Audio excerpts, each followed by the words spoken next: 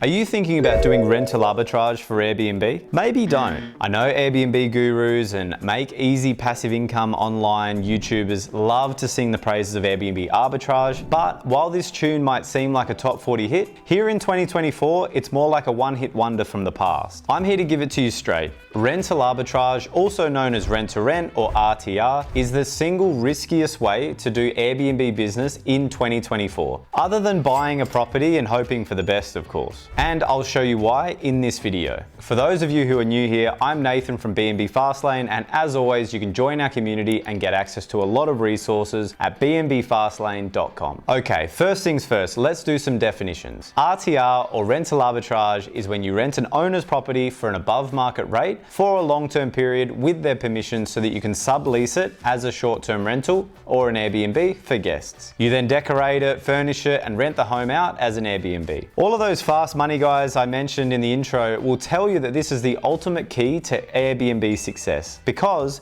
it allows you to earn money from a property that you don't own. And they may have a point if you have a time machine, because here's the problem. For starters, you need to understand that many of these online gurus have never actually ran an actual B&B management company, even if they pretend like they're an expert. You also need to understand that they've been pitching this exact business model for nearly a decade. In most cases, they tell young, hopeful entrepreneurs that this is the simplest way to get into the short-term rental space and send them out with sales scripts to try and close homeowners and apartment owners on these rent-to-rent deals. They make it sound easy because that's how they get clicks, likes, and views on their videos. And if they're selling those scripts and tactics that I mentioned, that's actually how they get money as well. In fact, some even sell entire courses or masterminds based solely on this model. But let me ask you this, if the business model is so great and they're all making so much money from arbitrage, why are these supposed gurus selling courses instead of going out there and working the program themselves? Wouldn't their time better be spent signing more lease deals and swimming in all the passive income that they preach about? Well, I'll tell you, the reason is that this model is simply not achievable for the majority of people. And even if you do manage to find some success, it's typically not that scalable. In reality, this model is the opposite of everything they tell you it is. It requires a lot of money up front, a lot of cold outreach to get leases, and you still need to spend tons of time converting that upfront money into actual revenue and profit.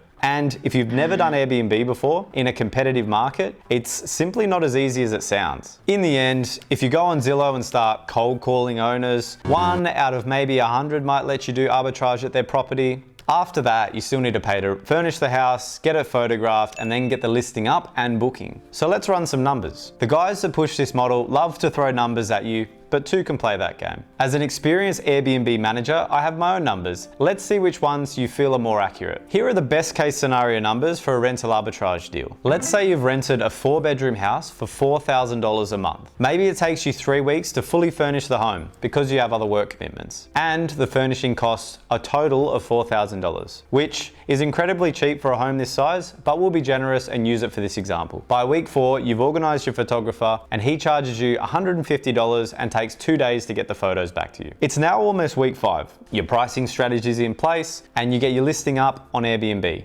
But the booking lead time, which is essentially how far out an Airbnb user will book the home of this size, is around 30 days. You also have no reviews yet. This means you likely need to make a sizable discount within 30 days to get someone to book. Still, it could be another 2 weeks before someone even books, even at the discounted rate. So let's have a look at the math on this so far. You paid $4,000 for the first month's rent, $4,000 to furnish the property, and again, this is being generous, and $150 for photos. So you're starting off month 1 at a loss of $8,150. Now, let's say the average heavily discounted nightly rate for this home is $300 a night, plus $200 cleaning fee. So we have a 3-night stay at $900 plus $200 cleaning fee, and that equals $1,100. Minus Airbnb fee, which is roughly 16.5%, that equals $181.50. So after Airbnb fee, you're sitting at $918.50. Minus cleaning and linen costs, which was $200. This gives you a $718.50 payout after fees. In an ideal situation, you might get 3 bookings like like this in your second month. That's $2,155.50 minus $4,000 rent for that month, bringing your month to profit to minus $1,844.50. Now, including your startup costs in month one, this means that your total profit for that 2-month period is minus $9,994.50, i.e. you're still down almost $10,000 from where you started. Now, let's assume we're being extra generous and we make our example discounted nightly rate $500 a night instead of $300. This means that a 3-night stay is $1,500 plus $200 cleaning fee at a total of $1,700, minus Airbnb fee of 16.5%, and your payout from Airbnb is $1,419.50. Then we pay the cleaning team $200 and are left with $1,219.50 net profit. Again, we get 3 bookings this month so far, $1,219.50 times 3 bookings. This equals $3,658.50 profit. Minus $4,000 rent, we're sitting at minus $341.50 profit for month 2.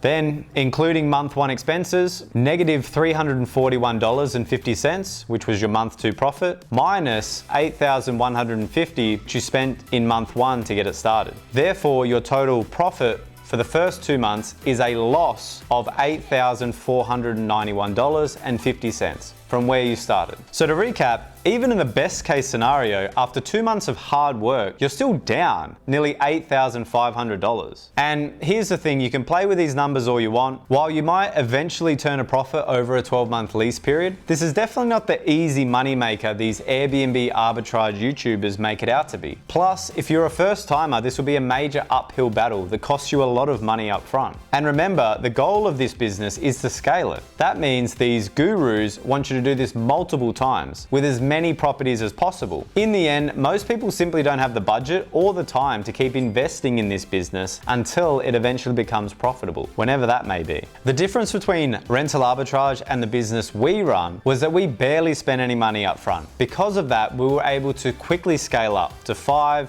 then 10, then 20 listings and beyond, without having to take on any real financial risk. Right now, there are people maxing out their credit cards in the hope that they'll make some money down the line. I'm sorry, but that's not what I would call a brilliant business model. It sounds more like a massive risk to me. In our case, we ran a short-term rental management company in one of the most competitive locations in Australia. We didn't waste any money on rent, we didn't sign any risky leases, and we never went door to door or making cold calls. In fact, we started with just a couple $1,000s between us, but because we were able to put that money into the right marketing channels, these were our results.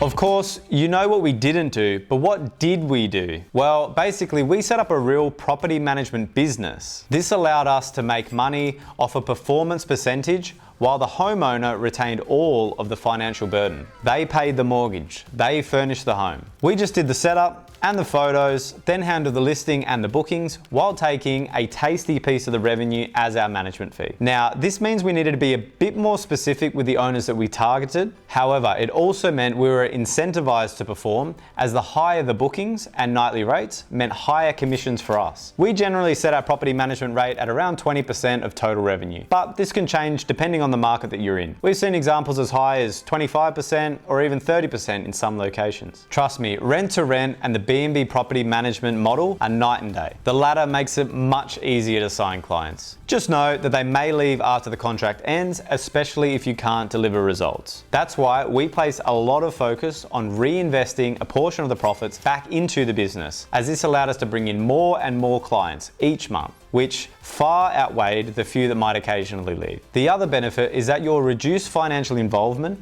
makes it much easier to scale. The more clients you can handle, the more your income increases. With this model, you can easily scale from 1 to 2 homes to 10 to 20 in about 6 months comfortably. As I've already mentioned, this model involves much lower overhead compared to rental arbitrage. You can also hire staff way more easy and pay them as contractors on a performance percentage for each property, reducing your day-to-day involvement so you can actually focus on on scaling your business. Don't listen to people who try to sell you a business model that they don't use themselves. If you want to quit your job and turn Airbnb into a full-time business, this is the fastest, lowest risk option. From my experience, you can be easily up and running with 3 to 5 properties within 3 months. From there, it's up to you how far you want to take it. We have a lot of information regarding building an Airbnb property management business on our website. What model we use, how to get clients, and how to maximize the income for both yourself and your clients. Feel free to reach out and ask any questions you like regarding building a property management business, how to get started, or how to effectively manage the properties you already have. Just head to bnbfastlane.com to get started. Thanks, and we'll see you in the next one.